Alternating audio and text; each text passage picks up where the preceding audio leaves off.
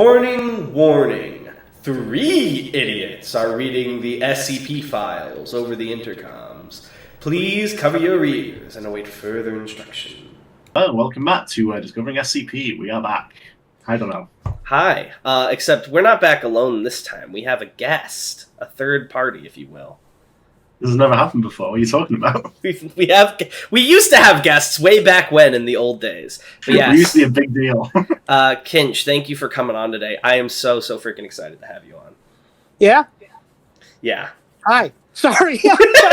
I'm trying to get my laptop on so I can do, reading, and it was stuck on the On Cinema Oscar special. Mm-hmm. So I, had to try to get rid of that. I watched that months ago, and it was still on the screen, so I was a little confused. Oh, hi, everybody. I'm kinchtheknifeblade.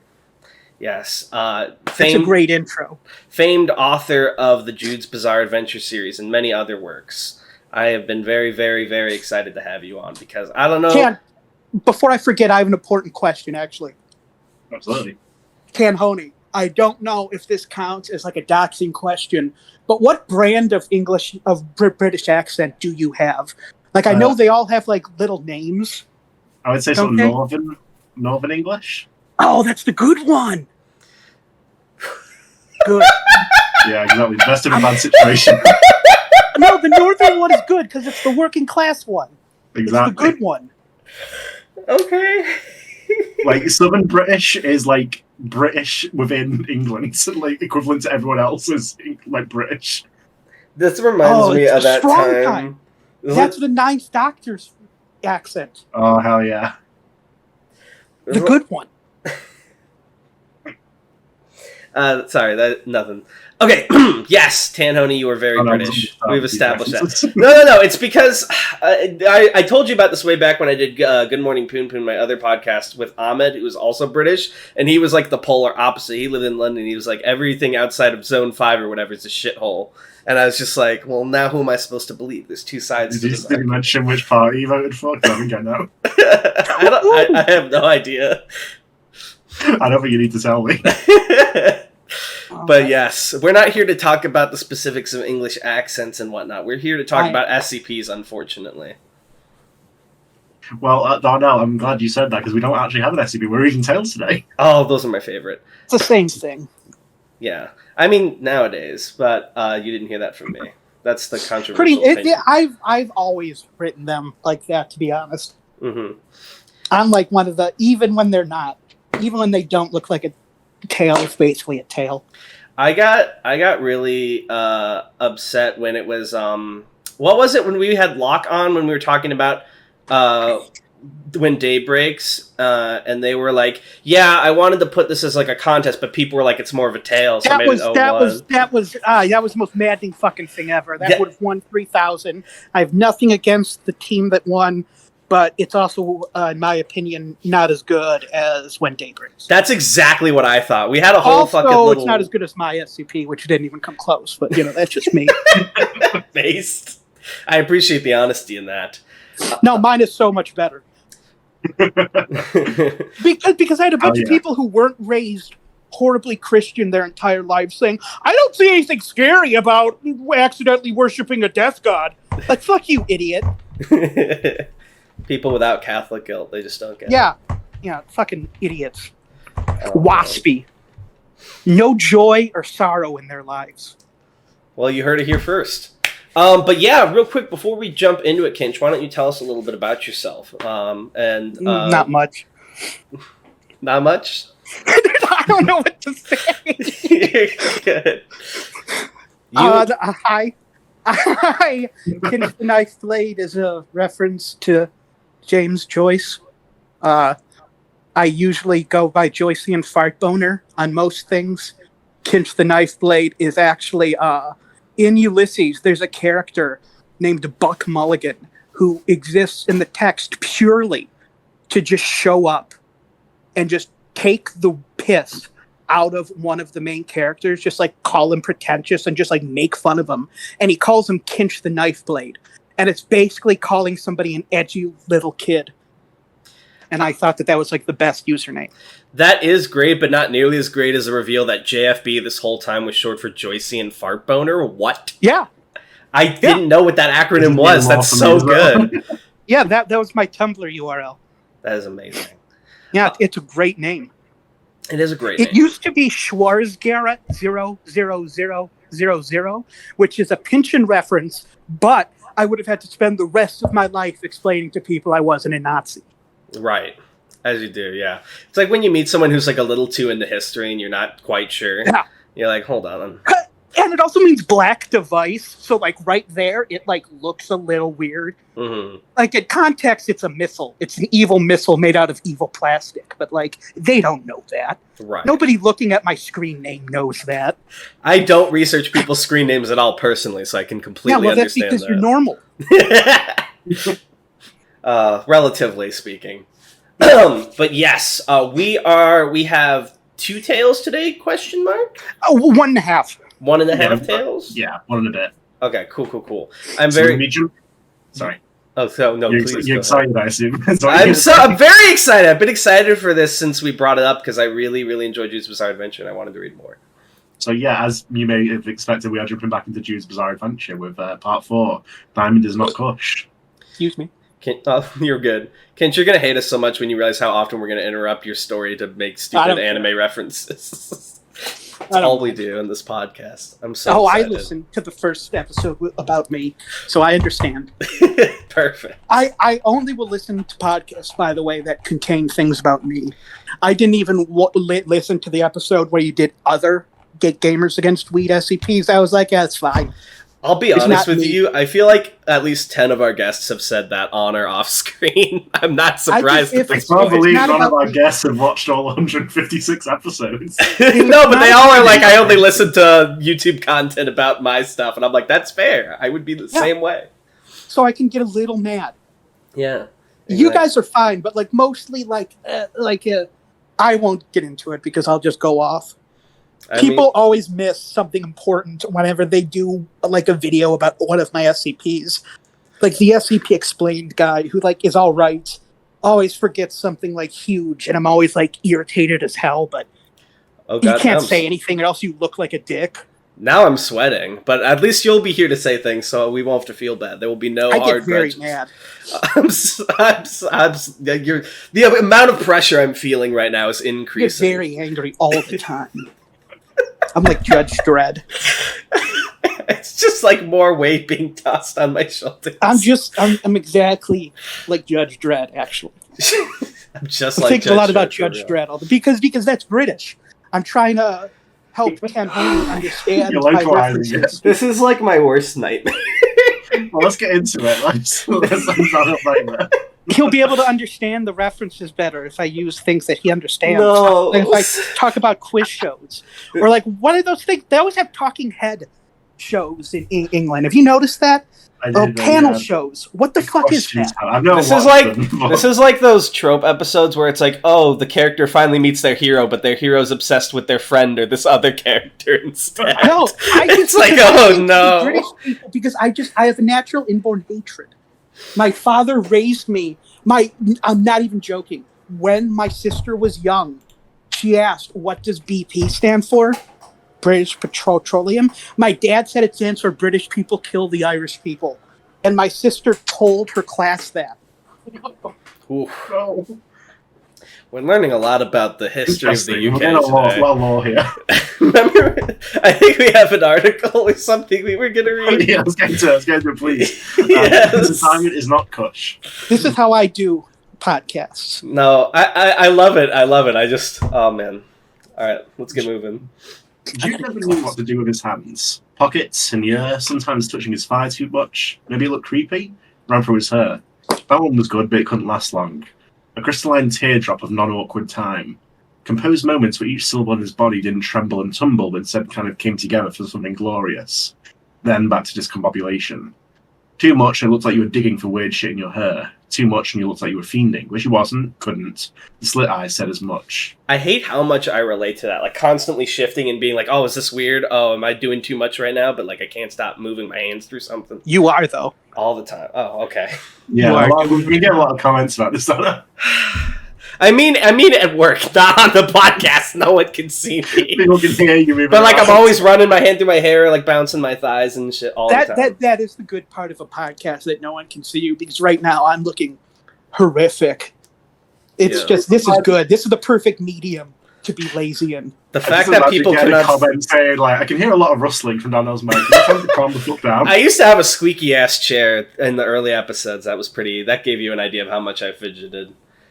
Yeah, I'm standing for some reason. I really got to sit soon, but I don't want to. You should probably sit soon, because this is going to go on for a while. We're going to be here for like 50 more minutes.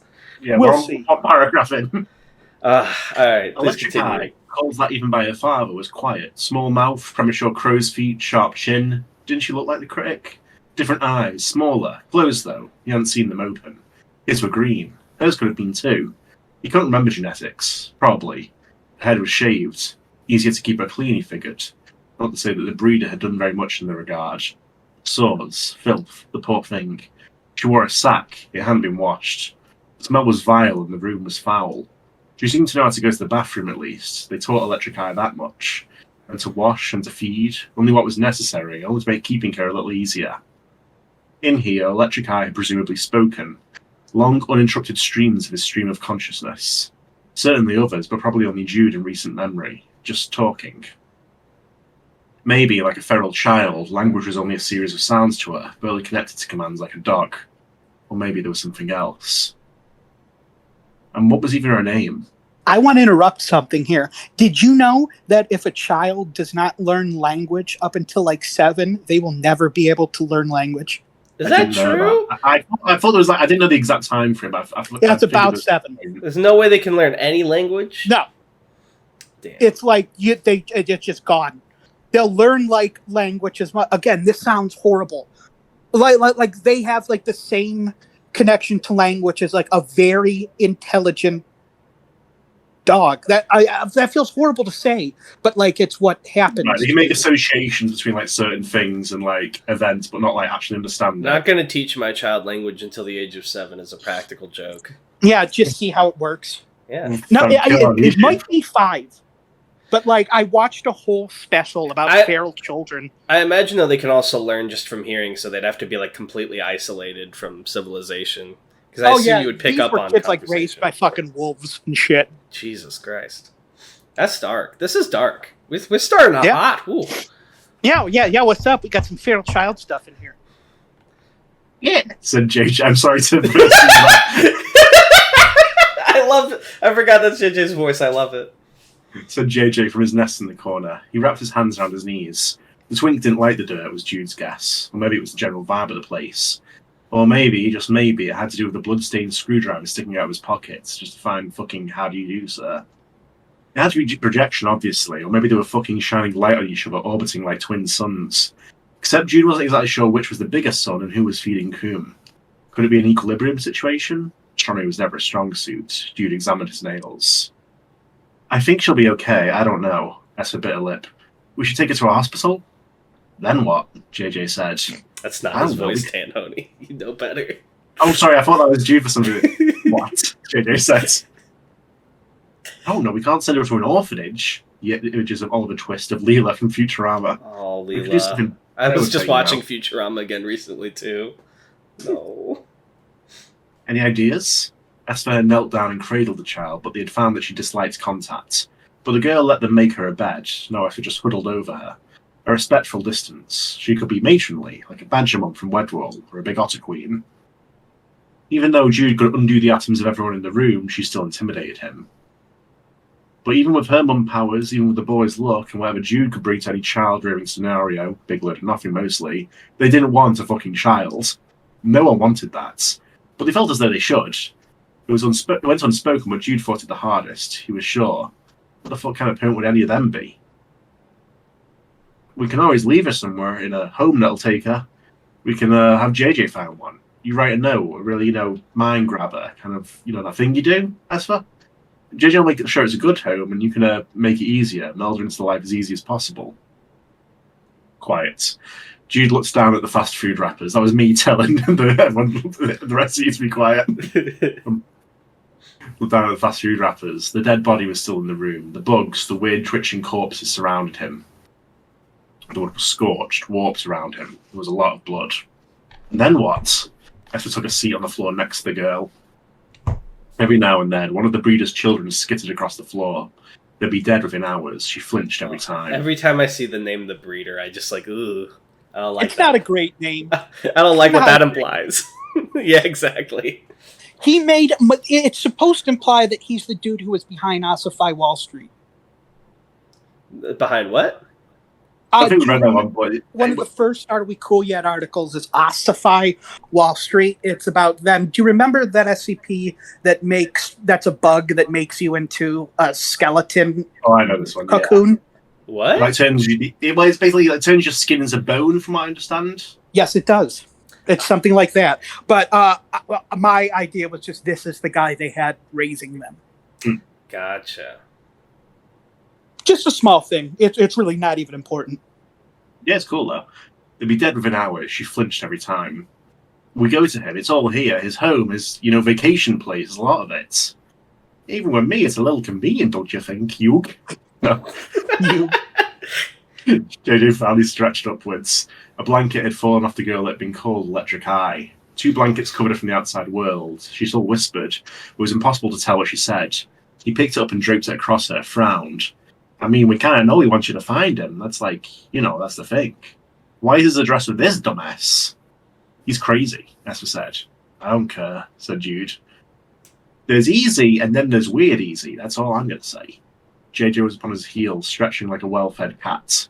What had he last eaten? Did Twinks need to eat? No. The longest thread in SCP history closed after 300 pages. The answer is no. Definitely not as much of a normal person. They fed on self-satisfaction, their own youth. His t-shirt rode up, showing a flat stomach. Jude stirred, just a little. JJ caught him and grinned, winking. Jude blushed, shook his head and said, It's like a magnet, I don't know why I want to go. He tried to kill you, said JJ. Well, he tried to kill you too, said Jude. Don't you kind of feel it too? Prominence or whatever? I want to go. JJ said nothing. Esper knocked the knickknacks and the corny old-timey microphone and the dozens of fast food cellophane wrappers onto the floor. This piece of paper, one sheet, folded but clean. Her pen hadn't broken in the scuffle. Of course it hadn't. Esper drew Electric Eye a new life and a new name. Look, I think you mentioned you wanted to do these, but yeah? Clearing my throat. You sweat. The air conditioner hums. Hyperhidrosis. Cold air blasts you in the face. The 37th view, and it's falling down your face. Your big, stupid face. No matter. You'll sweat. You get used to the smell. Antiperspirants might give you cancer. But what's little cancer when there's so much life? It's easy to deal with when you're older. Children see it as a weakness. You can smell a lot on someone's sweat. Diabetes, tumors, seizures. In your room, there aren't a lot of decorations, which you suppose must be surprising to your visitors. You've always found that art is made better when unreflexive, when it isn't a moon taking another star's light. But you know a lot about that, don't you? Lunar perversions, nocturnal diversions. Wasn't that a song? It had a good beat. You thought it could have been a song sometime, maybe. There's only a desk, a bed, an easel with paint, 3 brushes, a notebook open, a pen, an ashtray. There are no windows. There is one door. The walls, truthfully, are what you're most proud of. The ambience gets to you without them. A little bit of jive and voodoo, and you don't wake up every morning feeling so satiated. You like to think of yourself as a guided missile. Can't you scoop it from the top or even shove it down inside like a ravenous child rifling in a bag of cereal for a prize and a handful of the marshmallow bits? You wait. And it's better that way. It certainly hadn't always been like this. You take a long hit of the marijuana cigarette. It is oddly sweet, and it isn't at all like it used to be. Evolved. Only the perfect bits, more crystal than plant. Hardly any seeds now. The old joke. How are they growing, the seedless watermelons? You know he's coming, because he has to. It's how he wants it. Your way wasn't always the predators. Maybe you had been mean once. Maybe you had been a little rude in front of him. The boy wanted what he wanted. Once you thought you wanted him to replace you, like some old wizard giving away his spell book. But now you only want to be free. You want to stop the world from being the way he likes it. You want yourself. You want your daughter normal and untouched. Your hands don't tremble as you spritz yourself with the spray. The clone fills your nose like syrup. You can smell him, can't you? Even through the doors, every disturbance like an alarm clock dropped on a waterbed. They killed you when the heater broke. You're always intrigued that the human desire to fuck in fun ways superseded all other imperatives. Your door opens. It's unlocked, of course. The boy's hands are up in the air. You see them, and for a moment you get dizzy. Nerves. Nothing but nerves. He sits down at the chair opposite you. He doesn't speak. The boy puts a cell phone on the table. It's currently off. He points at it. There's resin on his finger. He had tried to wash it off, but there was still some stuck between the wrinkles of his fingerprints. You smile. Already you can taste him. You can feel him. Right, okay. Should I take over back I from like here? that. I really got into the pros there. Also, on a totally unrelated note, or I guess semi-related, I experienced that whole resin bit the other day. I was cleaning out my bowl. Oh, I know. and Then I suck. it's the worst, and you can't fucking get it off. Okay, also let me tell you a reference here that no one has ever noticed because it is barely a reference. Ooh, insider And info. it doesn't matter. I gave the critic hyperhidrosis, which is like he sweats too much forever, because do you know who Lotax is? No. Do you know what something awful is? I know what something awful is, but not Lotax. The guy, Lotax is the guy who founded something awful. Yeah, that makes sense. And he had hyperhidrosis, and like Lotax sucks. I mean, he killed himself a couple years back because he sucked, but he was a wife beater, so like don't worry, I'm not exactly impugning the dead here. But so I just really wanted the critic to kind of have forum admin vibes, and for me that was giving him a sweat disease. That's interesting because I do remember, I think you might have tweeted or said something the other day in reference to something awful and how that was related to Gamers Against Weed as well. Oh, I said Gamers Against Weed is like if posting on something awful gave you extra protection from the Illuminati. Yeah, exactly. So it's nice to see those sort of like influences stay consistent. It's pretty cool. Yeah. All right, Tan, did you want to take over or do you need me to pick up for a bit? Yeah, I'm fine taking over for a little bit. Go for it. JJ had asked Esper to tell the story about a dozen times now. More details, more interpretations.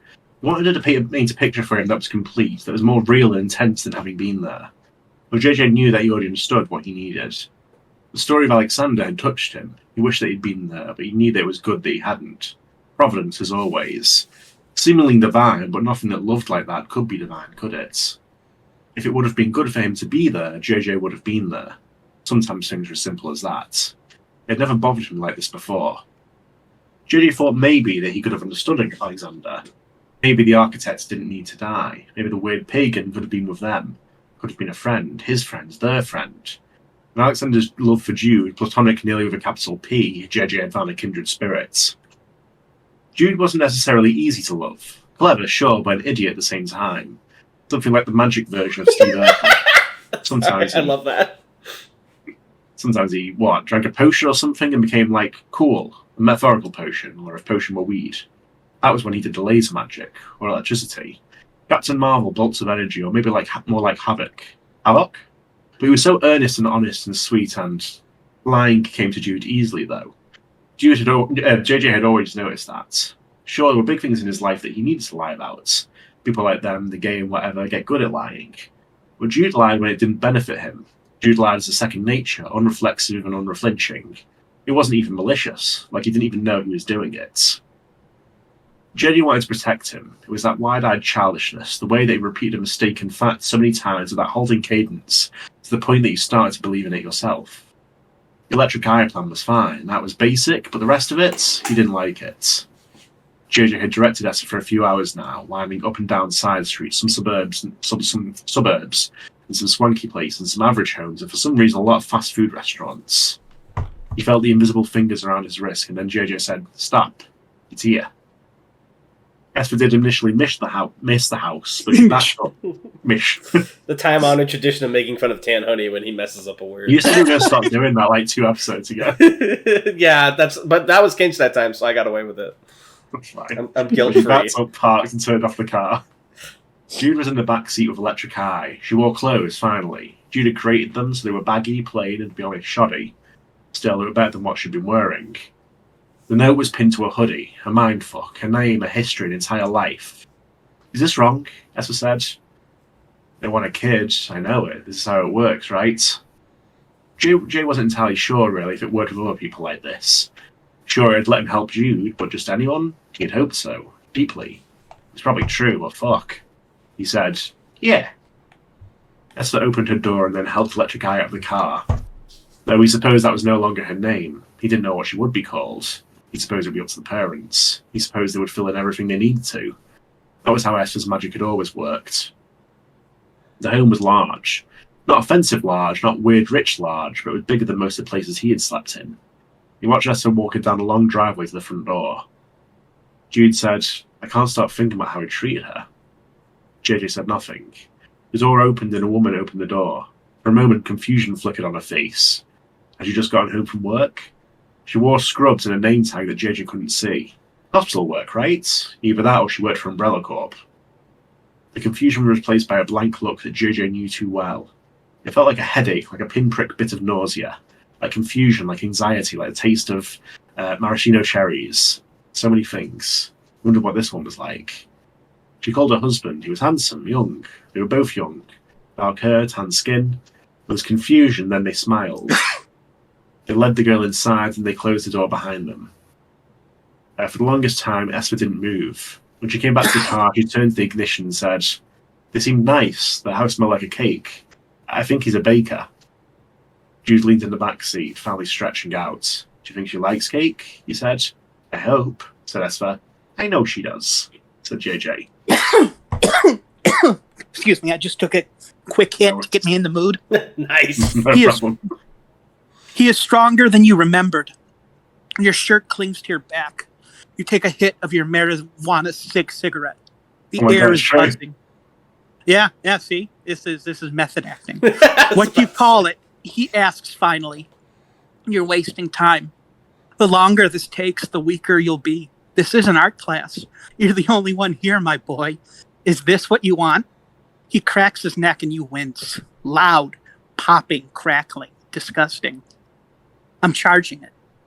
What are you charging, you ask? But you're not interested. Any power coming to the surface wasn't enough to kill him by the end. To kill you by the end. Your hunger was draining the boy, like bloodletting. Maybe he would feel fresh at first, but the sluggishness would set in. I'm going to kill you. I don't know if that answers my question, Jude. You were never very good at that, were you?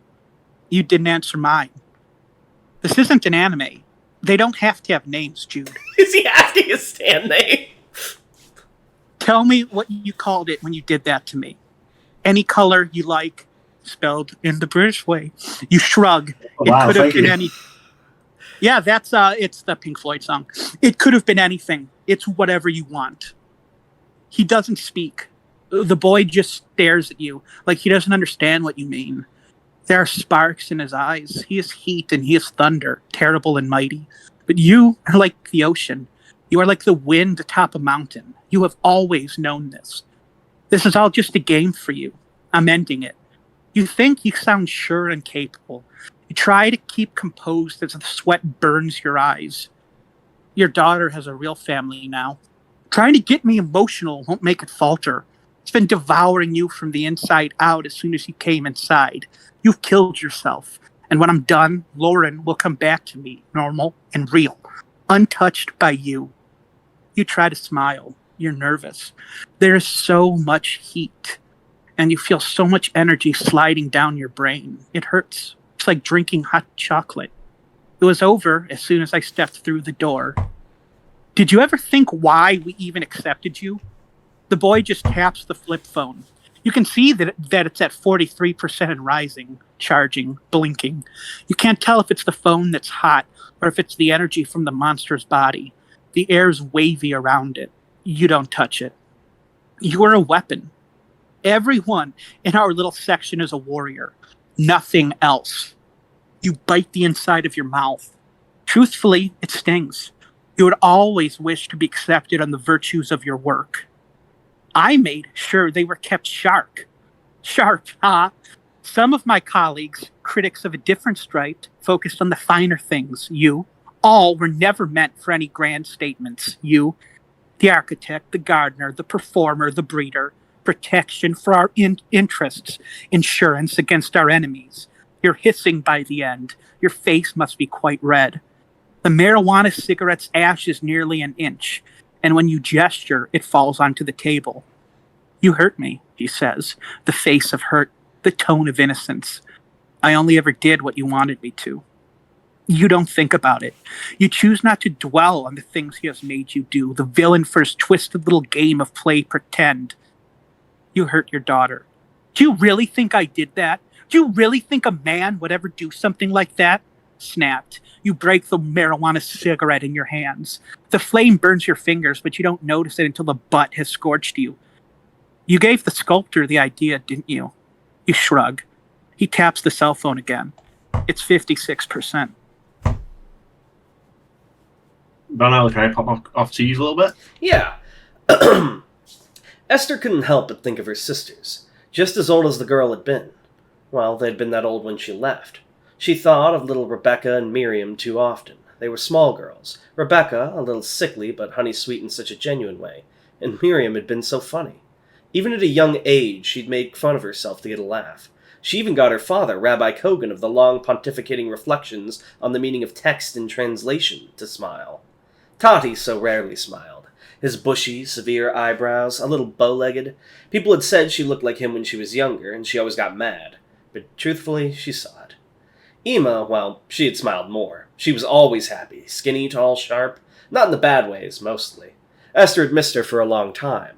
Her mother and her sisters were what she missed most. Definitely not stubborn Rabbi Kogan. Definitely not the meanest man in the world. She remembered yelling that at him, and he'd tell her that he'd show her the meanest man in the world. Except he never did do anything. He just yelled and gnashed teeth. He wasn't horrible, really. No more horrible than Esther was, she thought. And even the good things she remembered, weren't a lot of them the result of cheesy, rose-colored glasses? She had been so much older than her sisters, and they had been so annoying. And sure, Raka Kogan had a beautiful smile, but Esther's tendency to spit acid wasn't one that arose from nothing. But she loved them. Of course she loved them. "What are you thinking about?" JJ sat on top of a picnic table. Clean clothes again, but he still looked a little irritated, like there was something under his skin. Probably literally. She thought of the bugs again and shivered. She held the clove cigarette to her mouth and clamped it between her teeth. She lit it with a green lighter, resin resplendent on the bottom, and the wrinkles of her own fingers with Sharpie ink. They had taken a rest at a large wooded park nestled within the suburb where the critic lived. Jude had gone off alone into the woods. He said he wanted to take a walk and clear his head. Think of things. Probably closer to the truth was that he only had a bowl or two left and didn't want to share. The sun hadn't set yet. It was a little too high for that. It was at that horrible waning point of its peak before it started the pink descent down the horizon into Tartarus or something suitably goth. I was thinking of what I'd name my thing, you know. If stands were real and not just something a bunch of weirdos were molding their powers around as some kind of post-ironic joke. Yeah. She took a long drag, and it was sweet, sweet on her lips. They had to sell them as cigarillos now. Something about flavored cigarettes and marketing to children. The air smelled like onions. Nobody, obviously, was cutting anything. Esther assumed it was coming from the plants. One of them, at least. The weeds, thistles. They did look pretty, though. Big, purple blooms. Thistle was as beautiful as any flower. Just tougher, bitchier, untamed. The smell of onions reminded her of her mother's kitchen. Brocka Kogan had not been the best cook, but she took a pride in her work that was infectious. It made it taste better. She'd kept the kitchen so clean. A kosher kitchen with 3 daughters and a husband who loved to eat. She never let them forget that. "What would you call it?" "I don't think mine would have a name. It's not like yours." JJ yawned and flopped backward, closing his eyes and facing the sun. His knees were pointy. She rested her elbow on one. "So you get to be Mewtwo?" Is No. that something that I mentioned before? Is the Mewtwo? show you get to be is like somebody accusing someone of trying to be Mewtwo something that happens before? Because there's actually a history to that joke. I don't you wanna hear think we ran into anything like that. I probably would have noticed. This is another thing I did purely for myself. Okay, All right. when I was in college, I had this pretty big, pretentious friend group, right? Because we were all English lit majors, the most pretentious assholes you've ever met. Yeah, I would not have hung out with you in college. Sometimes we go real nerdy and just assign each other Pokemon and be like, yo, if I was a Pokemon, I'd be blank. And I remember one of my friends, the most pretentious of all of us, looked at me dead in the eyes and said, I'd be Mewtwo. And we all got so mad. And we just kept yelling, you don't get to be Mewtwo. So you get to be no Mewtwo? No one gets to be Mewtwo. And it's kind of funny to just declare yourself a legendary Pokemon. There's a certain amount of pride that comes with that. Everybody else was like, I think I'm a little bit like a Raichu. And he's like, yeah, I'm Mewtwo. I'm a Mewtwo that runs self-destruct also. I have all the EVs and really good. I think everyone grew up with at least one person that was like, so I'm Mewtwo. Yeah, everybody knows somebody who's the Mewtwo, and that's just I had to interrupt because that's another line in there that's purely for me. That probably comes off as a super non sequitur to everybody else reading. That's okay. I enjoy non sequiturs, but the context made that so good. Yeah, I wish you could have seen, because we don't talk anymore because well, he's the dude who says he's Mewtwo. But, his face was, dead serious. He really thought, I'm the Mewtwo of these bastards. Tanhoney, are you the Mewtwo? Would you call yourself Mewtwo? Arceus, please. Okay. Oh! Big Dick Tanhoney over here. I'm Deoxys. Oh, fuck, I should have said Deoxys. That's cool. I have forms. Oh wait, so does RCS. Fuck. Have you seen the animated Pokemon shots on YouTube? The one with the Deoxys, he looks fucking epic.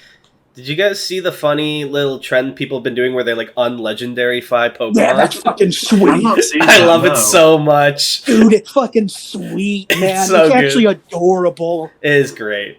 Someone did the opposite where they legendary normal Pokemon, and I saw a really cool one of Sableye. It was King Sableye on a throne of gold. Yeah, it's sweet. Oh, you have to send me one of those. That sounds awesome. If I can find them, it was a week or so ago. I don't know if they're still posting them. Pokemon. Yeah, Pokemon's great. So sorry, I had to interrupt because I saw Mewtwo, and I think that story is very funny. Never ever apologize for interrupting during a I did forget why we were talking about music. That's the main form of context. That's true. All right. No, more like Jewish Hamon, Jewish people fight a lot of vampires? That's why we invented golems, too, a bloodless warrior. She would have pointed out the uncomfortable association with the Jewish people and blood libel, but JJ couldn't understand something like that. Why Hamon, though? There were cicadas out. In beams of sunlight slanting through the limbs of trees, she could see hundreds of pinprick small bugs flying in erratic, senseless paths. She wondered what they were. Too small to be mosquitoes, right? Gnats? They could have been anything. All she knew was that they had a startling ability to dive bomb into the corners of her eyes over and over. She'd killed at least 5, and everyone disgusted her equally. They couldn't be that should be 2 words. What? Everyone disgusted her. That makes more sense. Everyone. Yeah, I was thinking this too. Random misinformation. Yeah, she's just pissed. If it makes you feel better, every big article we read has at least 1 or 2 of those types of typos that will never go back and be corrected. There was actually one that I corrected myself as I was reading, and I can't even remember where it was. You changed a hymn to you, I think. It was supposed to be you during your critic part. I totally did, yeah. That's exactly what it was. Thank you. I don't remember which author it was, but we had an author once that was so horrified by the typo in their article that they edited it mid-reading. They pulled a whole ass New World Order move. That's really funny. I'm not about to do that. I am so lazy. Based. Yeah. Keep moving. Yeah, no worries. Everyone discussed her equally. They couldn't be a successful species if that's where they constantly tried to fly. What good is an eye to a mosquito? Stands are a little too close to idolatry for this rabbi's daughter. Esther was satisfied when JJ let out a bark of appreciative laughter. Something a little more dainty than a guffaw, but not much better. JJ lifted his upper body off the ground to take the clove from her fingers. He took a single hit and then coughed, spat, laid back down on the picnic table. Esther snatched it back from him, but it was almost done anyway. She dropped it on the ground and then stepped on it. Then, thinking better of herself, she bent down and picked it up. Oh, never mind. I thought she was going to relight it. She tossed it at a large recyclable garbage container. It missed. She didn't go after it. Close enough, really. There's something poetic about that. It's like, I'm going to do a good thing, but I'm too lazy to see it through. JJ watched with one eye open. He slid off the picnic table onto the ground, barely kicking up any dust. He bent in a ridiculously slutty way, arching his back and practically squatting. Esther was going to ask him what the fuck he was doing before she heard something like a small Sasquatch making its way through the woods. Jude came, sweating. There were scratches on his arms, nothing self-harm, more like he had walked into a thorn bush while walking off the path. He had told them that he had always thought better when he was uncomfortable. There was nothing more uncomfortable than the hot tail end of sunlight when the bugs were awake and active and hungry. Was he gonna get fucking ticks like that? I never have. Really? You know what? This is something based on me. This is You mentioned that people always tell me not to go in the tall grass because there's ticks there, like I'm being warned about fucking Pokemon. I don't think I've ever had a tick. Yeah, I've been fine. I'm just good. Just built different. Dodging! They can't hit me in time. I dodge roll out of the tick's ways. Man, their hit stun is like nothing. They don't have the frames for it. Oh, it's so easy once you know the trick. Especially off the path. He had said it like that. Off the path. Like it was all capitals. She hated him sometimes, really. Jude clearly was going to say something. He, however, stared at JJ, mouth agape like an idiot. He closed it and then hacked, spitting at the ground. Had a bug flown in his mouth? Good. Owned. Destroy. This is like how I talk. I love this. That's part of the reason I'm loving this series so much, is it's just like me for real. Thank you. He deserved it for taking so long to think things through. Fuck! Hey dude, have a good walk? Said JJ, face impassive, suddenly just a concerned friend and not a flirty bitch. Yeah, actually. Well, no, not really. I just got stung a lot by, like, I don't know, mosquitoes. I dropped my pipe on a rock and it broke, you know. He shrugged. I left it there. Thought it was a sign, you know. What do you mean? Esther said. JJ's butt gave me a super good idea. Which didn't answer Esther's question, but whatever. Not like she wanted to know what she was supposed to have gathered from that. JJ actually blushed, bright burning red, high on his cheeks. His eyes fell to the ground. Your Sharpie still work? Jude asked. It's not going to run dry. It's a Sharpie. We can buy another Sharpie. We can buy a pack. It's not a magic marker. But it writes? Yeah, it writes. Jude sat down at the picnic table and gestured her over. He put both hands on the table, palm down. I have an idea.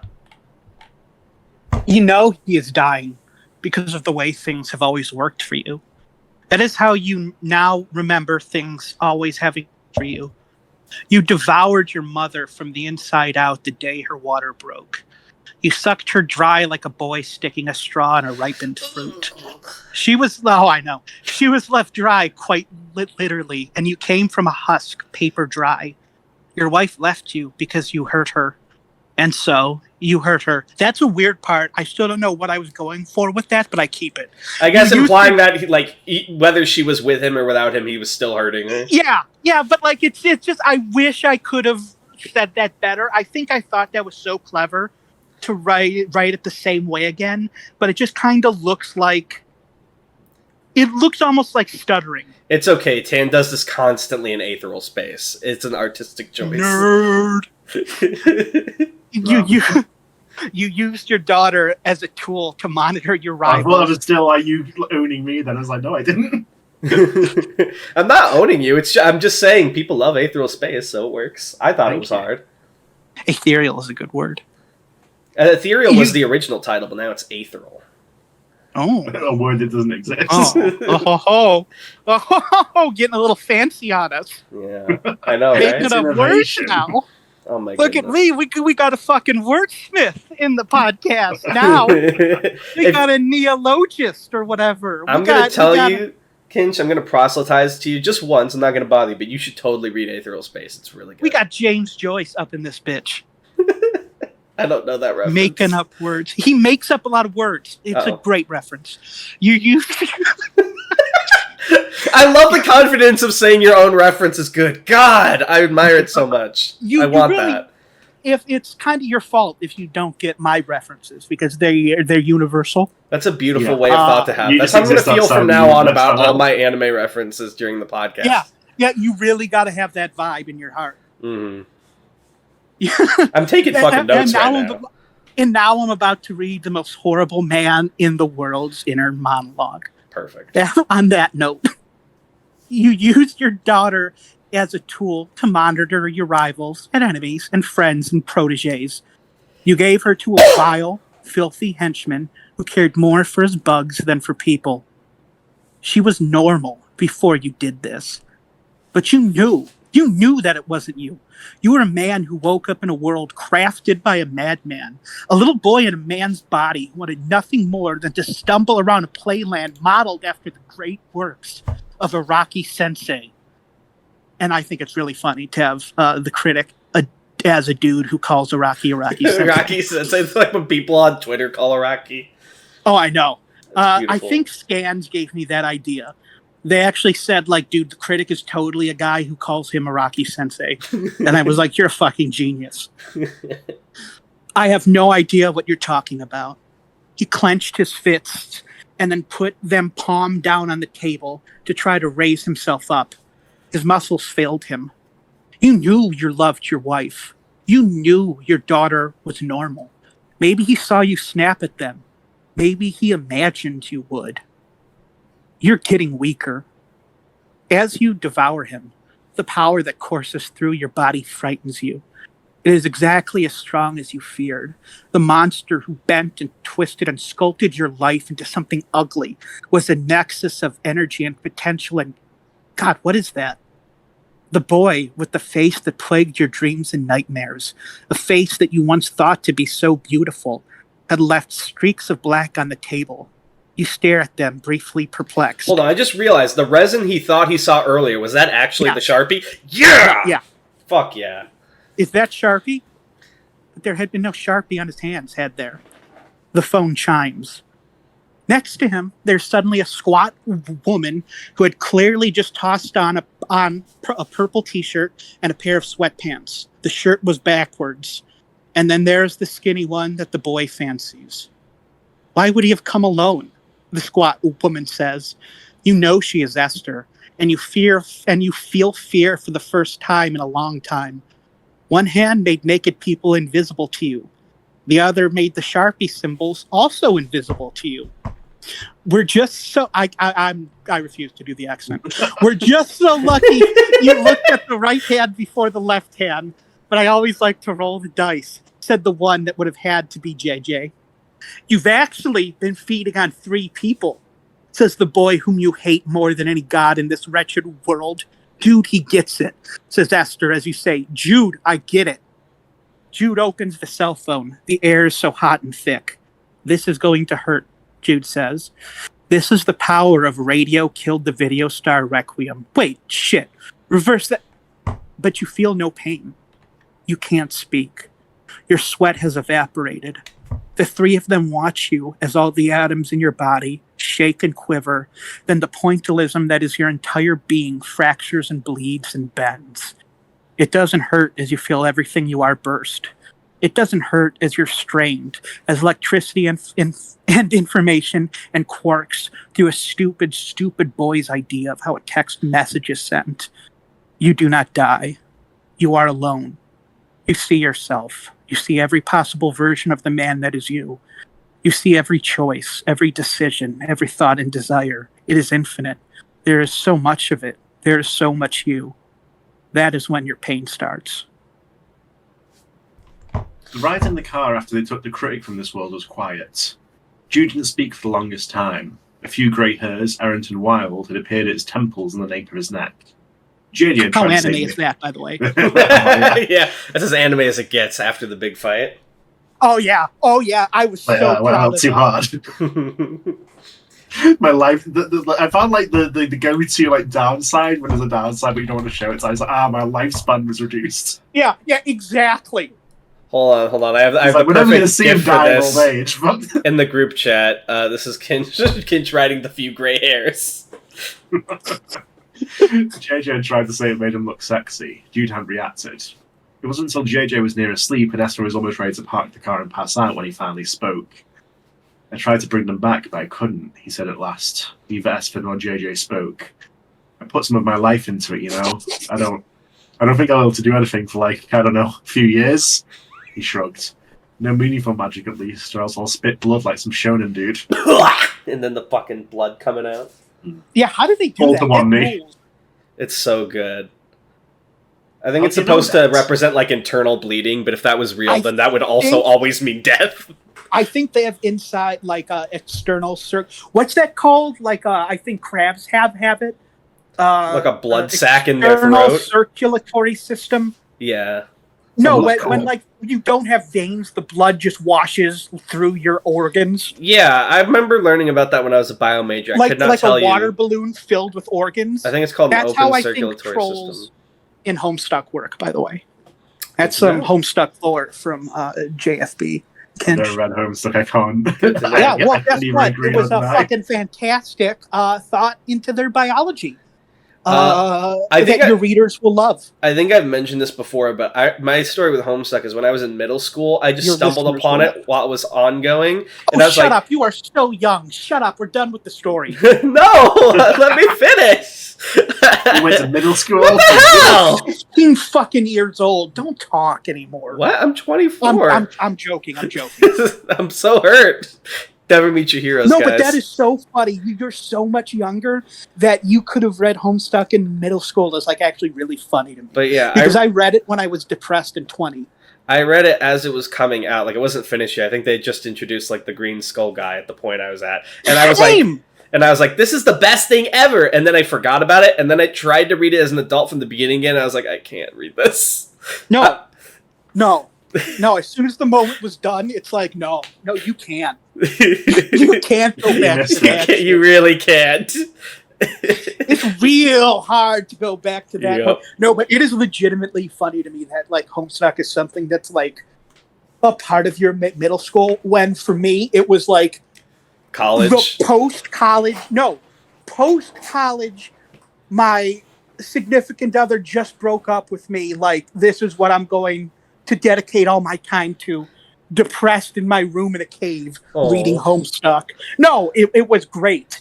It took my mind off things, but, like, that is so funny. For me, it was either 8th grade or 9th grade, so it was like late middle school, early high school, something like that. That's so fucking funny to me. And I remember trying to explain, like, the different kind of fucking troll love or whatever to my friends. And you and I are peers. What the fuck are you two talking about? Tan wouldn't get it. You wouldn't get it. There's a chart. There's a chart. You don't get it. I don't need to see the trolls rule. You don't even know. But here's the best part about this too, Kinch. The middle and high school I went to was like a private, like, shitty conservative Christian school, so nobody wanted to hear about Homestuck. I went to an all-boys Catholic high school. Oh no! Wasn't that bad. It was not that bad. We had a super leftist-ish theology department. Like, we went to a protest at the School of Americas and stuff. It was pretty cool. But, like, besides that, everyone was, like, the worst dude you've ever met. I was about to say, that's how my experience was with all my students. It was, like, the teachers that were cool and, like, not that shitty. And then the worst part is, when I was in college, I worked at that school as a janitor, and being a janitor around kids like that, the worst... it made me hate teenagers. I can't handle it. I imagine the only way to do it would be, have you seen It's Always Sunny in Philadelphia? I have. The only way to do it would be like in that episode where Charlie is the janitor, which would be to have like a mental disorder that makes you like really enjoy it and think that the kids like think you're their hero. They were like, so mean. You know what I mean? They left such nasty... Yeah, I know what you mean. They left such nasty messes, and they were such fucking awful people. They're evil. They'd get in the way. They're evil. They were like teenagers, which are already evil, and then they were amped up by like being spoiled rich kids with no consequences ever. Everyone is scared of a teenager. It's just the way it is. Teenagers scare the living shit out of me. Sorry. I again went off topic to talk about Homestuck. That's it. Literally, that's the whole podcast. You're doing it completely correct. I don't even really like it. I do kind of like it still. I can't lie. I never finished it. Like I said, I couldn't get back into it after that point in my life. That was it. I class-spected people. Do you even know what that is? No. Yeah, see? I'm on a fucking different level of, like, weirdo. Like, you know, like how, like, some characters, like, Knight of Blood, Seer of Time, blah, blah, blah. Oh, so you would, like, give them their own... Oh, my God! Wait, what? Oh, I know what you're talking... Like, you would say someone's, like, an X of Y or whatever. Yeah. Oh! middle to high school me would have absolutely done that if I thought of it. So fucking... People, like... This was, like, a thing I was doing at Tumblr. And I, like, had to explain to people because they would, like... For some reason, these got popular because everybody loves to read about themselves. Mm-hmm. But, like, people who, like, I did not know started sending me them. Like, could you class spec me? And I would have to explain to them, I'm not magic. Like, I'm like... This is an involved process. It takes a while. Like, you don't understand. These are like people I know. Or like pretending I know. And like giving like a read. Like, I don't know who you are. Right. Like, and it was very hard to explain. It's always like that when people are like, ask me any question you want to know about me. I'm like, you're an internet acquaintance. I don't fucking have any questions about your life. I don't even have a frame of reference for what questions to ask. Yeah, or those things on Twitter that's like, I'm putting this up for an hour. Leave whatever you want. Like, what do you want me to leave? What should I say? Who are you? Yeah, exactly. It's always like, the only thing people are going to say is like weird, mushy compliments, but like, we're not that close. What if I just said something really mean in one of them? What if I was like, I think you're annoying? I think I followed you by accident. Exactly. It's like, I don't know who you are and I'm too scared to ask. What were we doing? We were reading an article, I think. Oh, yeah. Tan, please continue. How did you know that? JJ asked. I also watched Hunter x Hunter. Hell yeah. Oh, Tan's really into that. This is something I know. Yeah, but by the way, if you read Aetheral Space, you'll realize it's basically Hunter x Hunter, but in space, and epic. It's really good. It is good. Hunter x Hunter. So is Aetheral Space. Smile. Oh, that's really good to know, actually. I know that sometimes you have to give something up for a big power move. He stared off into the stars, and he said... I didn't give up enough this time. You're an idiot, Esther said, not unkindly. I don't know where to go for right now, said Jude. You'll stay with me until you can get your own apartment as soon as possible. Esther pursed her lips, definitely a bullet being bitten. No need, murmured JJ from the front seat, eyes closed. I know a guy named Armand. I'll give you directions in the morning. We can drop Jude off there. That's not JJ's voice, Tanhoney, and I resent He's sleepy. Oh, I see. Okay, you get a pass. Jude was quiet for a moment, and then he asked, will I like him? JJ shrugged. It seemed he was already nearly half-conscious. Cool, said Jude, and he closed his eyes. Esther parked the car into a rest stop a few moments later. She fell asleep soon after. Jude didn't sleep that night. Ooh, the end. No, we have an epilogue. Hell yes. Hirohiko Araki awoke next to his wife. Eyes snapped open, head turned. Clock read 4:20 a.m. Dreams were something Hirohiko had dealt with all of his life. They came to him in chunks and visions, strange things, powerful things. The corpses of saints used for long-dead rituals, men who performed feats of magic with what he had called stands. But this dream had been different. It had been, well, a little too on the nose. And the main character, Jude, electricity powers weren't very fun, he thought. And JJ, Hirohiko had not understood the t-shirt. And besides, he had done a character with luck already. Esther certainly was interesting, a fun rework of Heaven's Door. But he wasn't sure if the audience was ready for a character like, well, any of them. Homosexual murder thieves? The gangsters in Vento Oreo had been bad boys one could root for, sure, but this was different. This just wasn't marketable. So Hirohiko Araki rolled over and went to sleep. By the morning, he had forgotten his dream. It never crossed his mind again. So this whole series was just a dream? No. My implication is Araki has been receiving visions his entire life, and that's where all of his work comes from. Okay. I almost had a heart attack. No. There's a part in there's a SCP article that Scans wrote, actually, that is a corpse part stand. Oh, nice. And so, like, I was just making that canon. Kind of like that. And also I thought it was really funny for, like, in this universe, like, kind of this recursive thing where, like, he's making stands because he's been having dreams of people who've read his work. And now people are forcing themselves to form their powers in the stands because of his work. Exactly. It's so, yeah, it's like kind of like a time paradox. That's so good. That also implies to me maybe he started naming the powers after the songs, because those would just play in the background of his dreams like movie music. Oh, it's so good. I thought of that, and I thought of the way the critic dies. Well, doesn't die.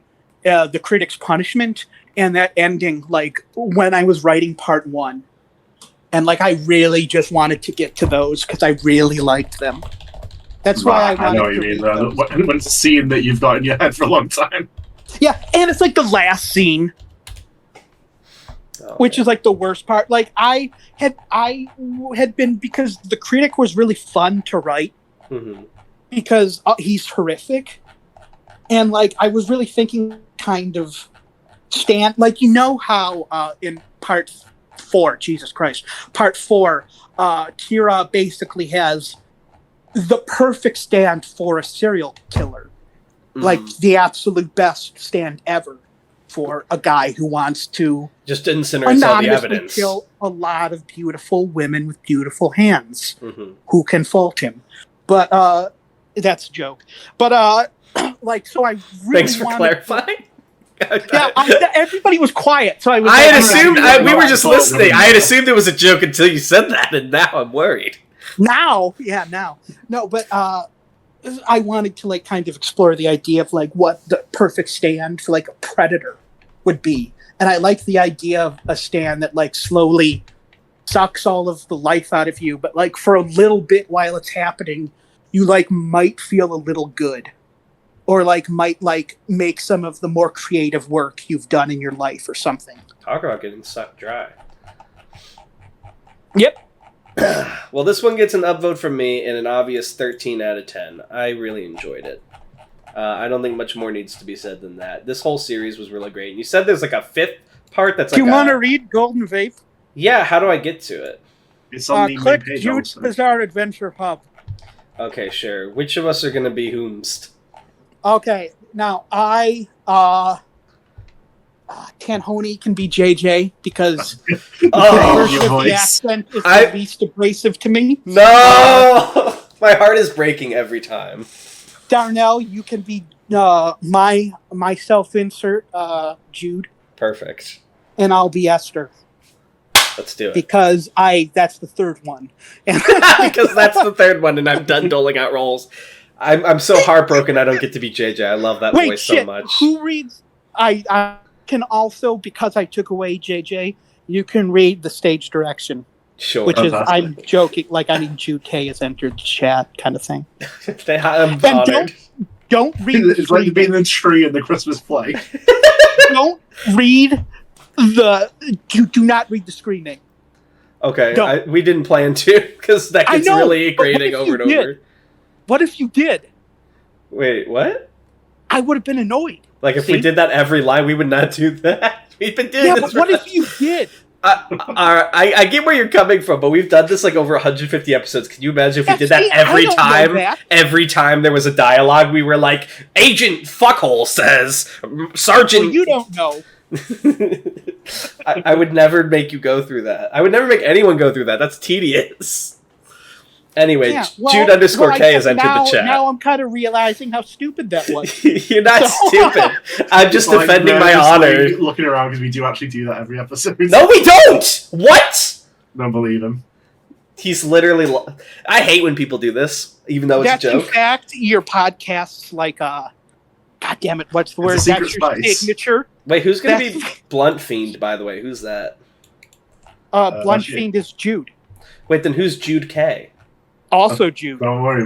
I see. There's a change. Okay, I'm ready. There's a joke. Yeah, and that's not going to come across, so I'm glad that we explained that before.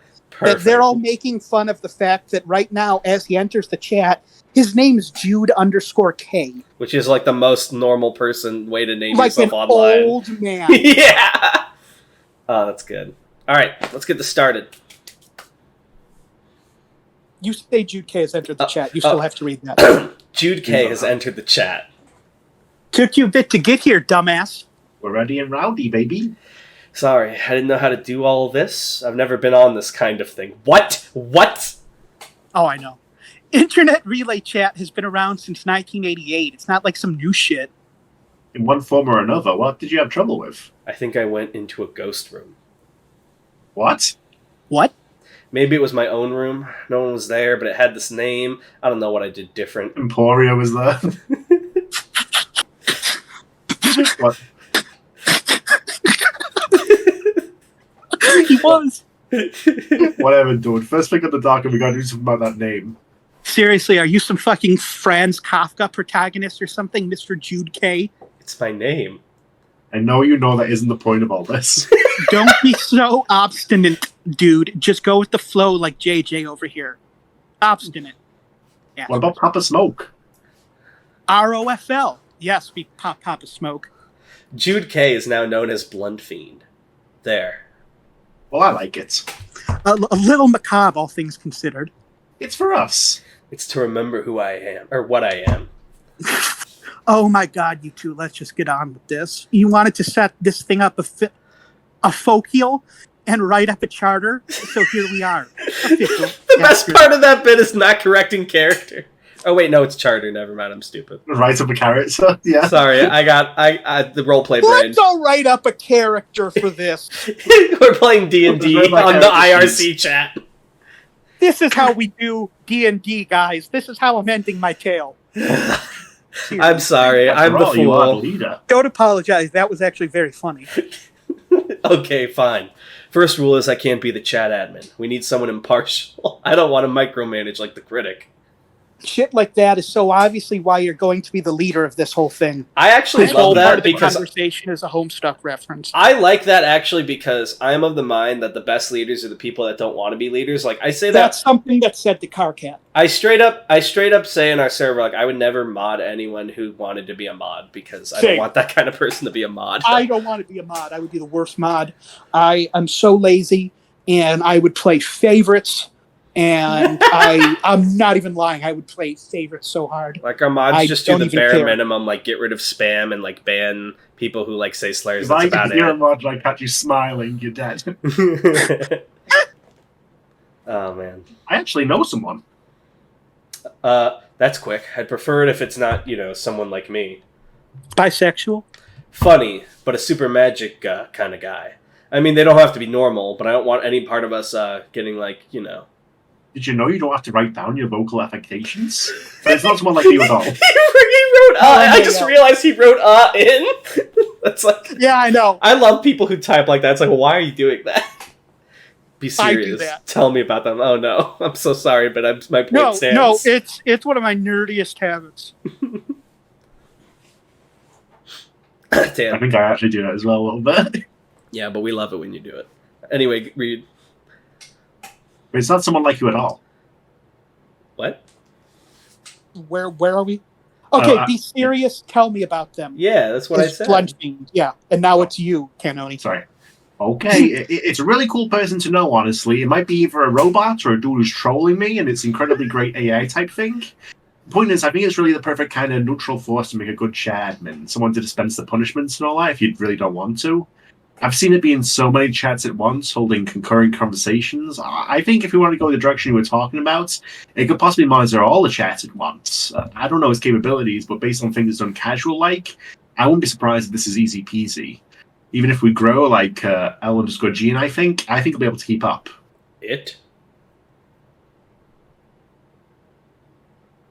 Tan? Yeah, I'm waiting for you. I said it. Oh, I didn't hear you. I was just gonna stare. Neither did I. uncomfortably. Oh, maybe it didn't come through on Discord, but I said it, and I was like, Maybe what's you're trying to happening? gaslight me. Yeah, I thought that was. It'll show up in the recording, and then you'll all feel like fools. Oh, I Gender thing. Oh, okay. Also, I think it's a robot thing. do. I know it. No, you might know his best buddy Lyris. His name is Eli. Handle is Bones. I don't know why. I think he just thinks Bones looks cool. Oh shit! Yeah, Lyris is a mensch. Or Lyris. I think it I sounds think all it's- right. You That's right. Yeah, Did you I'm just lost try to in- take my line? Sorry. Yeah, he I'm is. sorry. I'm sorry. When Go on, you try to then. take a You want theater your line kid's back so line, much. I think it sounds all right. It being Bones in the situation too, I guess. If you can't protect your line, you don't deserve to keep it. Heartbeat shotgun. So 3 of us and the robot quadrumvirate. Yeah, that's how I'd say it. Don't say it like that. I don't know. I guess it'll have to be structured, right? I'm just, I guess, scared of doing all this. I don't want us to turn out bad. You think he and his buds had this discussion? I mean, I know he didn't found the group, but you know what I mean, right? The spirit of what I mean? Yeah. We won't be like that. The very thrust of our group will be entirely different. We can craft the ethos, which sounds weird, like some super villain shit, but we can be cool, is what I mean. Cool is maybe a poor choice of words here, but I feel it. We will have rules. It won't just be being cool. It won't be meanness for the sake of meanness. We need a set of rules. I don't want to be like, still good, a weird dude directing all of these people. I want to make friends, and they can make friends. God, I'm high. Give me a second. TBH, I am too. Well, same. Back and nice. Nice. What are these rules going to be? No killing. It doesn't go without saying? Never mind. Rule number 2 is always be excellent. Teacher. Oh, that sounds like an elementary school teacher put on a poster. All-encompassing and a reference out of nowhere. Good rule. It's a reference to Bill and Ted. That's an adventure. Rule number 3 is no weed. Whoa. But see, that's like a joke rule because we're having fun sometimes. I mean, my name's Bluntfiend. I think they'll know the score. We have fun here. Oh, are they forming gamers against weed? Yes. Okay, we had a bit last episode where I was like, why is it called Gamers Against Weed, but they all fucking smoke and none of them play games? And now it all makes sense. Finally, the lore. That's all the rules, I think. We'll make more if it comes to it. That could be Rule 4, maybe. Rule 5 can be no one under 18. Not that it'll be a horny chat. That's Rule number 6. No NSFW. Not for sex. LMAO, you're so Catholic. But I'm thinking, like, this Bones can handle all the little things. But when it comes to big things, or maybe important things, which I guess would be big, so never mind, we can all have a talk about it. There's 4 of us, which means we can't really break a tie, but we'll burn that bridge when we come to it. There can always be a tiebreaker. Yeah, just pick someone random ways. Bing, bang, boom. You're not allowed to influence the picking. What if in mentioning the idea of picking, I've already made sure everything I want to come to pass happens? What if I've already won? Nah, don't I sound like an evil magic dude, though? Twinks only turn evil when they get old, when the first shock of gray hair drives them to insanity, and you're barely there yet. Is that all we need to do for now? That's it. Really, whenever you think we're done, we're done. We've had people asking about you for a while now. They're all ready to come, if you're ready. Like I said, they think you're funny, man. They're into the stories. And I think, we got something here. We can do something, like you said. It took me, a lot of strength to not say I'm always ready to come. But I held back and then But you just said it anyway. Yeah, so. Never mind. It was all for naught. It was all for naught. How many people want in the chat? I got 15. 10 from me. Jesus, fuck, that's a lot of pressure. I'm scared as all, I guess. I haven't done much since all that then, It's just I don't want to be like that again. You made a pretty fucking shitty dude go away. A guy who was trying to kill us all. You stopped him. He was like a terrorist. If this were a just world, you'd have gotten a medal. Fucking honestly. I'm worried that if I get into a position like this, I'll turn like him. I don't want to be bored. I don't want to hurt anyone or use them like chess people. You won't. We won't let you. We're here for you, dumbass. We love you. Aww. We're your friends and we believe in you. Aww. Besides, don't think like there aren't already a million little brain fucks in your head already I put there that'll rocket your brain out your ears if you turn evil. I sincerely hope you do. Don't worry. Seriously. Okay, invite them. I like that. I like that a lot. Died. Upvote on the hub as well. No, fuck you. They did not die in my head, kid. No, they don't die. Yeah, I'm countering the author. I like you said that as a result of opening the chat that you were just killed instantly. Yeah. It's this is the universe where that's what happened when they opened the chat. All right, we've got a couple comments to read. We got a few questions and comments for you, Kinch. I almost called you Jude. Oh my god. That's funny. I have a few things for you. You're welcome to stay the whole time. There aren't that many comments. Reality and fiction anymore. It's all right. sad. You know what, Tan? Shut up. No one asked for your opinions. All right. First up from Banker Paul. He says he really did the voice for the whole fucking episode. This week on DSCP News, this DSCP News thing is stupid. Also, hi, Kinch. Smile. Hello. JTKC says, when the gamers are against smoking that za or something, I don't know. Great to see you guys looking at the wider world / other group chats of GA. This GOI has so much to offer. Questions for Kinch, and there's 2 for you here, so I'll do them one at a time. First, what's your favorite GA stuff not written by you? I'm personally a big fan of the Croco Squid stuff by Uranium Empire. Nowhere. Mr. Destiny. Nice. That's my favorite. It's written by Scarhaver and Dolphin. You should link Scarhaver has not written. Scarhaver is the person who I based Bones' speech patterns on. You should send like us these articles. IRL friend of mine. It's 4239. 4239. I'm 100%. I'm not 100. I'm like 90% sure it's 4239. But it's Project Nowhere. It's about Mr. Destiny. Nice. It's one of the best ones. By far. All Better right. than mine. I'm waiting to make sure there's not more. No, that's it. Okay, cool. And then the next question is, what are some writing tricks to make characters sound different? Huh. It just kind of happens, right? Apparently writing chat logs helped me. Mm-hmm. Well, I think because it's a lot easier to do quirks in chat that you can't really do in like verbal speech, like having emojis or but like. But the more you type. do those, you get deeper into a character's voice, and it kind of changes how you do their real dialogue. Because I think to an extent, when you're typing rather than speaking aloud, you're like almost translating their stream of consciousness. I guess I've given that advice to somebody, to like her characters. She said, we're all sounding alike, so I told her to make like a fake group chat, just like not like for the story itself. It's like get a handle on their voices as like a writing exercise. That's a pretty good idea, actually. Yeah, I'm a genius. JTKC also says, I already said my sappy spiel last week, which hopefully Darnell showed you. I did send it to you in the chat, but I don't know if you saw it. But TLDR, the stuff you write, very good. Me like, thank you very much. Looking forward to next week's episode. Rating this episode a 2016 out of 10. Have a good week, guys. Smile. Yeah, that's fine. 3 Yellow Arrows, aka Crocat, says, I'm actually surprised you guys didn't read SCP-2293, an inside joke. It's probably the most iconic GA article. I think it's really funny. It's the first one that has them as like a group of like friends. Mm-hmm. Before that, it was just like the name of a group that Scans used in a joke article, Mr. Meme, I believe. Mm-hmm. Was the first one. If I'm wrong, I'm wrong, but I don't think I'm wrong. I mean, I just am taking all your word as gospel until otherwise proven. Yeah, well, I'm pretty much right, usually. Yeah, that works out for me. So much so, it's become an in-joke in the SCP community itself. You guys should check it out sometime. You'd really like it. Did you know that world-renowned writer Stephen King... Do you know the line? Have you seen it? What line? Oh, you haven't? No, that's funny. I won't spoil it. Read 2293. All right. It's a joke about Stephen King's interest in writing about car crashes and car accidents. I'll look forward to it. Croquette also says, Kinch question, what's a common misinterpretation / misunderstanding about GA that you see frequently? I guess that they're like 4chan.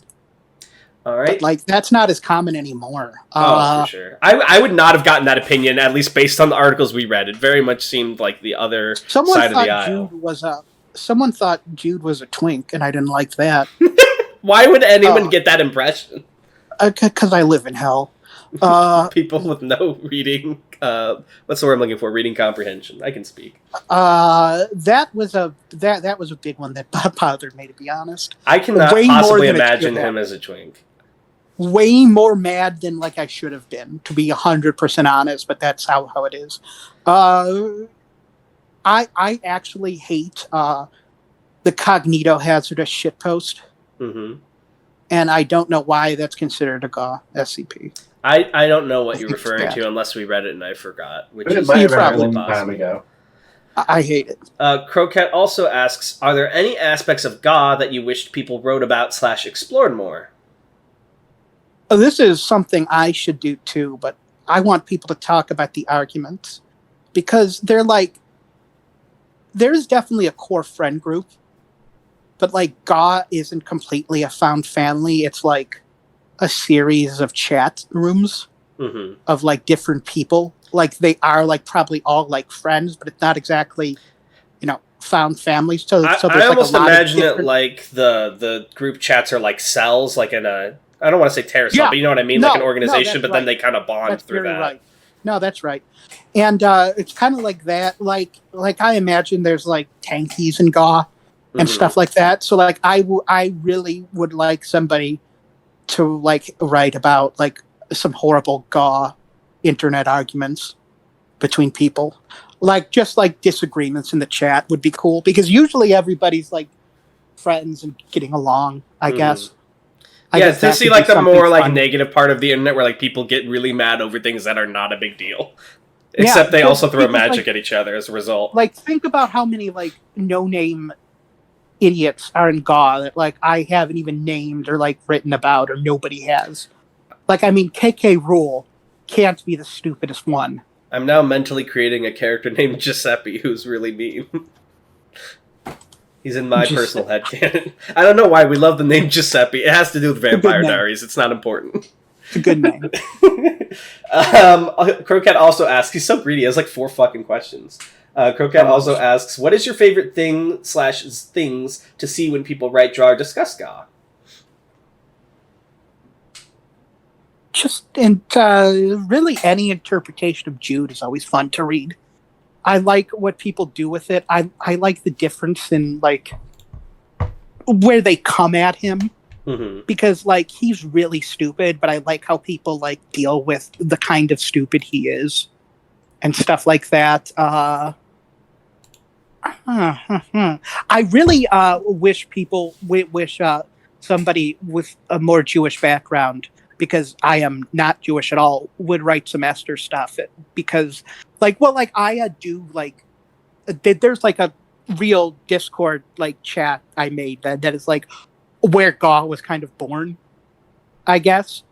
And, like, all of the, like, some of the characters are, like, based on people from there, like, a little bit, but they've all kind of gone pretty far from the original person, if you know what I mean. But, like, I've got, like, a lot of input on stuff for Esther, but, like, I really think that it, like...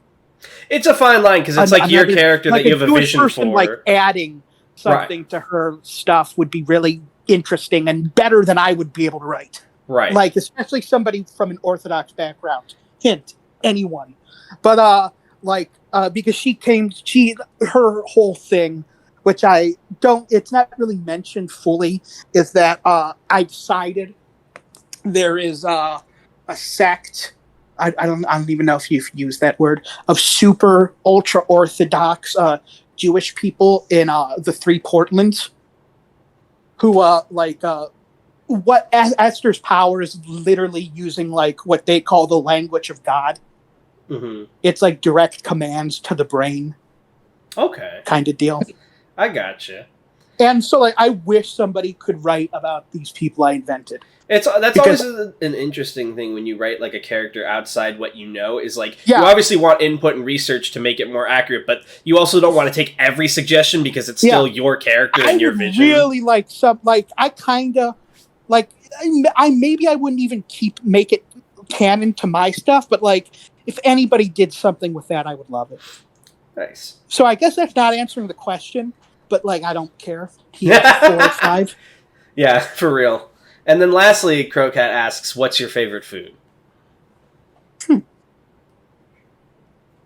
know, tonight soon I'm having a burger. So right now it's burgers. Nice. Right now I'm really feeling a fat, medium rare American burger. Fuck yeah.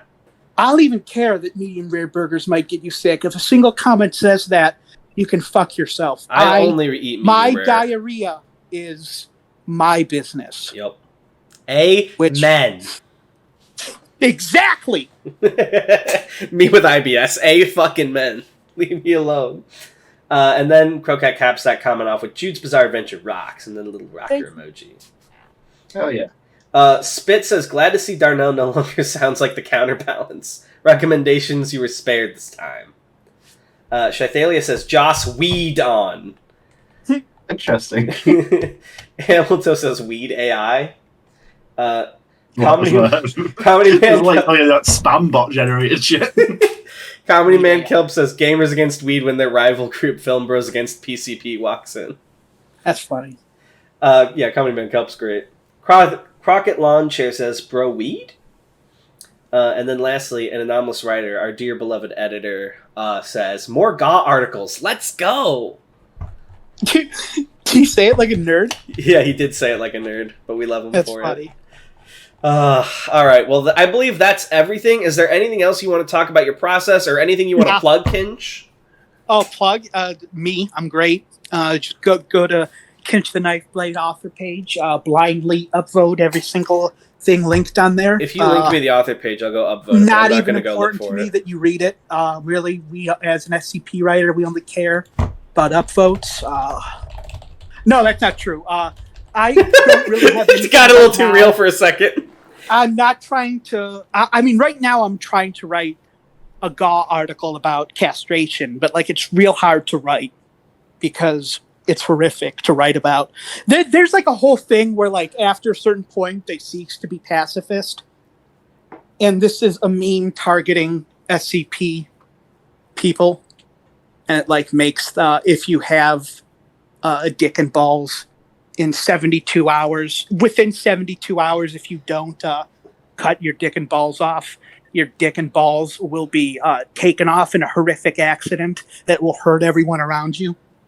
Jesus Christ. Yeah. I think it's really funny. I'm immune though, right? You'll let me be? I get a free pass. Yeah, isn't that funny? Isn't that a great little article to write? Not at all weird stuff. Not at all a weird guy writing a weird article. I have way too much. I don't know what else to call it. Dick empathy when like anything happens to dick and balls in media. Dude, I like feel it. I fainted watching the movie Teeth. Imagine how hard this is for me to watch. For me to write. Why are you writing it? I'm not even joking. I fainted like a Southern belle during the movie Teeth. There was a scene during a vagina dentata scene. I literally just fainted, just on the ground. Yeah. I was trying to hide in the bathroom from the scene, and I fainted. Yeah, that's a lot. All right. Any closing remarks though before we close off here, King? I'm the best. Noted. Seconded. It was fun. Yeah, I'm glad we had you. If you ever want to come on again, feel free to hit us up. But we do have a bunch of other guests we got to get through. So probably not for a while. Tanhoney and Darnell, it was a joy. You guys are very good podcasters. And very... That's the only person who ever needs to compliment the SCP. I don't care anymore what anyone else says. My life's complete. Everybody is very good. You two are great. That was fun. As I said again, I'm very tired. Sorry. It's okay. Go get yourself some burgers. Yeah, I'm about to fucking nap after I eat. And also play Zelda! Yes! I need to go play some Tears of the Zelda Kingdom. Once. I love Tears of the Kingdom so much, I'm not smart enough for it. It's yeah, me too. I think it's really it's a sign of my self-restraint that I did not talk about that. Yeah, thank you for your service. I'm thanking you like a fucking army veteran. Yeah. We talk about that even in the Aethereal Space videos. We can't shut up about Zelda. It's hard not to. For real. But you guys have a good night. Yeah, you too. I think it's night for at least one of you. For Jans. Yeah. Good luck with that, nerd. All right. And we'll see you guys next time. Bye. Bye.